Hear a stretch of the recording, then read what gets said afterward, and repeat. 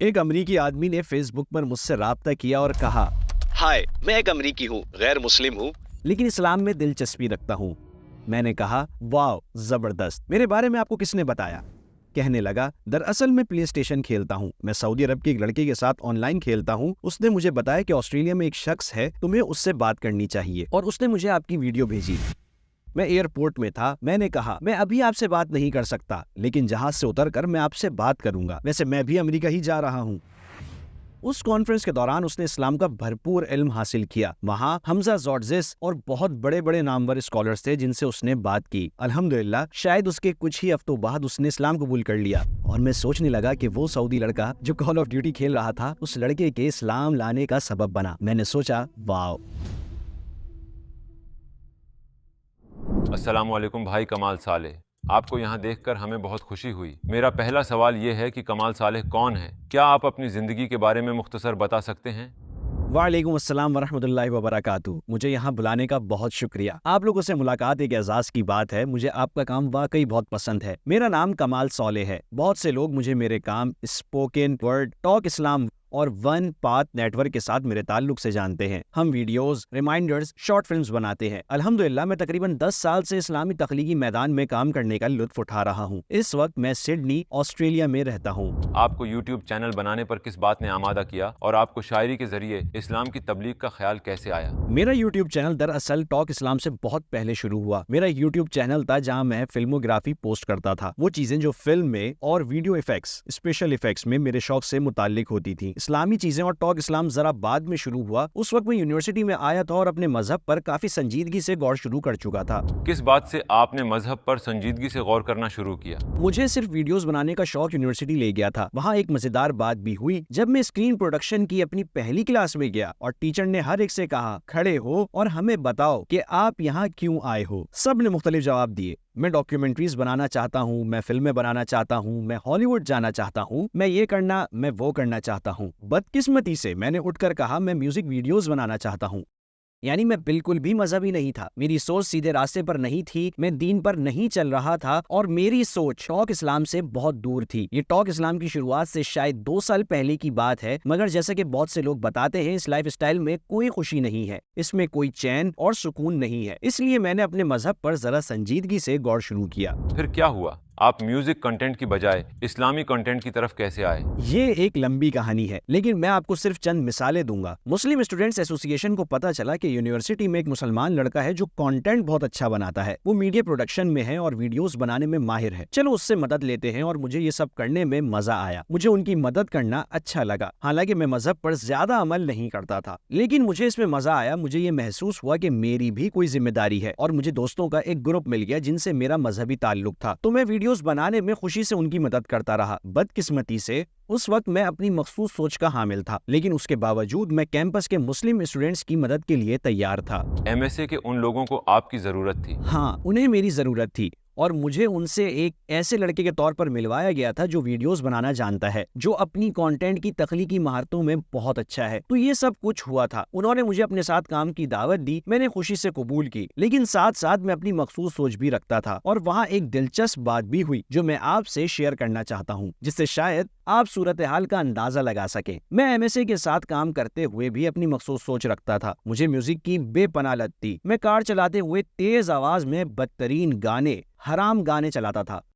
Music حلال یا حرام ہونے کا مسئلہ ایک طرف، یہ تو تھے ہی 100% حرام گانے جو میں تیز آواز میں بجاتا تھا۔ اور ایک دن ہوا یہ کہ میں اپنی یونیورسٹی کے پاس سے گزر رہا تھا بدترین گانوں اور میوزک کی تیز آواز کے ساتھ۔ جب یونیورسٹی کے مصلی کے پاس سے گزرا، جو یونیورسٹی کی جامع مسجد تھی، تو ظاہر ہے یہاں پہنچ کر بڑی شرمندگی ہوئی۔ میں نے میوزک کم کر دیا۔ پھر ایک دلچسپ بات ہوئی، میں میوزک کم کر کے گاڑی چلاتا رہا، اور جب مجھے لگا اب مسجد سے آگے نکل گیا ہوں تو میں نے میوزک پھر تیز کر دیا، اور مسلسل گاڑی چلاتا ہوا یونیورسٹی سے باہر نکل گیا اور تیز آواز میں میوزک بجتا رہا۔ میں اپنی کار میں حرام گانوں کا مزہ لے رہا تھا۔ پھر سرخ بتی کے اشارے پر پہنچا تو اچانک ایک کار میرے دائیں جانب بالکل برابر میں آ کر رکی، جس میں سے کوئی شخص مجھے دیکھ رہا تھا۔ مجھے بڑا عجیب لگا، میں اس پر کچھ زیادہ توجہ دینا نہیں چاہتا تھا، لیکن چلنے سے پہلے پتہ ہے کیا ہوا؟ میں نے سوچا کہ دیکھوں تو صحیح یہ کون ہے، کیونکہ وہ مسلسل میری طرف دیکھ رہا تھا۔ میں نے دیکھا، اور وہ مسلم اسٹوڈنٹ ایسوسی ایشن کے صدر تھے۔ تو میرے لیے وہ بڑا ہی شرمندگی کا موقع تھا، لیکن میرا یہ بھی یقین ہے کہ یہ محض اتفاق نہیں تھا۔ کیمپس میں ہزاروں اسٹوڈنٹس ہیں، لیکن اللہ نے انہی کو میرے برابر میں لا کھڑا کیا، اور یہ شرمندگی اللہ سبحانہ و تعالیٰ کی طرف سے ایک یاد دہانی تھی کہ اپنے انداز کو بدلو، اپنی زندگی کو بہتر کرو۔ اس موقع پر مجھے واقعی یہ احساس ہوا کہ دیکھو کمال، تمہیں اب بدلنا ہوگا، تمہیں اب اپنی زندگی کو صحیح راستے پر لانا ہوگا۔ یہ فیصلہ کر لو کہ تم کون سا لائف اسٹائل اپنانا چاہتے ہو۔ اور تب میرا ایک دوست ہوا کرتا تھا جو مسلسل مجھے دین کی دعوت دیتا، مجھے مسجد لے جاتا، یہاں تک کہ مجھے ریسٹورنٹس لے جاتا، میرے ساتھ وقت گزارتا، میرا خیال رکھتا تھا، لیکن ساتھ ساتھ مجھے سدھارنے کے لیے کچھ دین کی باتیں بھی بتاتا تھا۔ اور شاید وہ 2011 تھا جب میری زندگی میں سب سے بڑی تبدیلی آئی تھی۔ آپ نے اپنا لائف سٹائل بدلنے کا فیصلہ کب کیا؟ آپ نے اس کے لیے کیا کیا؟ 2011 میں نے حج پر جانے کا فیصلہ کیا۔ میری عمر کوئی 20 سال ہوگی، اور یہ بھی ذہن میں رکھیں کہ اس سفر کا فیصلہ اس وقت کیا جب میں دین پر عمل نہیں کرتا تھا۔ ہاں، میں اپنے دین کے حوالے سے جوشیلا تھا، لیکن میری اپنی مخصوص سوچیں بھی تھیں۔ مجھے بہت سے مسائل کا سامنا تھا، لیکن میں نے خود کو یقین دلایا کہ اس سفر پر جانا ان مسائل کا آخری حل ہوگا۔ ظاہر ہے ہم سے پھر بھی گناہ ہوں گے، ہم پھر بھی برائی کریں گے، ہم گریں گے اور ہم سے کوتاہیاں بھی ہوں گی، لیکن میں نے محسوس کیا کہ یہی وہ فیصلہ کن لمحہ تھا جب میں نے چیزوں کو زیادہ سنجیدگی سے دیکھنے کا فیصلہ کیا۔ پھر حج کا سفر ہوا اور میں اس تجربے سے گزرا۔ میں نے وہاں دعا مانگی، یا اللہ، ماضی میں جو کچھ میں نے کیا ہے اب میں دوبارہ وہ سب نہیں کروں گا۔ یہ وہ خاص دعا تھی جو میں نے اس دن مانگی، اور یہ دعا میری صلاحیتوں، میرے شوق یعنی کریٹو میڈیا کانٹینٹ پروڈکشن سے متعلق تھی۔ عرفات میں اللہ سبحانہ و تعالیٰ کے سامنے گڑ گڑایا۔ میں نے کہا، یا اللہ، میری صلاحیتوں کو اپنے دین کے لیے استعمال کر لے، یعنی ویڈیوز اور کانٹینٹ بنانے کی صلاحیتیں۔ یہ نومبر 2011 کی بات تھی، اور پتہ ہے ٹاک اسلام یوٹیوب کب شروع ہوا؟ 2 مہینے بعد، جنوری 2012 میں، اور تب پہلی ہی ویڈیو وائرل ہو گئی۔ مجھے ان واقعات میں ایک واضح لنک نظر آتا ہے۔ ایتھیسٹ کہیں گے کہ اوہ، یہ محض اتفاق ہے۔ میری نظر میں یہ اتفاق نہیں ہے، میں اسے اللہ سبحانہ و تعالیٰ کا کرم سمجھتا ہوں۔ میری اس دعا کے صرف 2 مہینے بعد مجھے یہ محسوس ہوا کہ اللہ تعالیٰ میری مدد کر رہا ہے۔ تو اس کے وائرل ہونے کے بعد آپ نے کیا محسوس کیا؟ مجھے احساس ہوا کہ یہ میری دعا کا جواب ہے، واقعی، اور یہ بات سمجھ میں بھی آتی ہے۔ 2 ماہ پہلے میں عرفات میں اس کی دعا کر رہا تھا، اور 2 ماہ بعد میں اس مقام پر تھا۔ جو مانگا تھا وہ مجھے مل گیا، اور صرف وہی نہیں ملا بلکہ اس سے بڑھ کر ملا، کیونکہ میں نے ابھی آپ کو بتایا کہ میرا خواب کیا تھا، میوزک ویڈیوز بنانا۔ تب ایک ویب سائٹ ہوا کرتی تھی، اور میرا خواب تھا کہ اس ویب سائٹ پر میرا کام شائع ہو، کیونکہ اس پر دنیا کی بہترین ہپ ہاپ میوزک ویڈیوز تھیں۔ میرا خواب تھا کہ اس ویب سائٹ پر ایک دن میرا کام آئے۔ میرے دوست نے مجھے اگلے دن کال کی، کہنے لگا، کمال، اس ویب سائٹ پر جاؤ جس کے متعلق تم ہمیشہ بڑی بڑی باتیں کرتے تھے۔ میں اس پر گیا، اور وہاں میری ویڈیو اس کے فرنٹ پیج پر تھی۔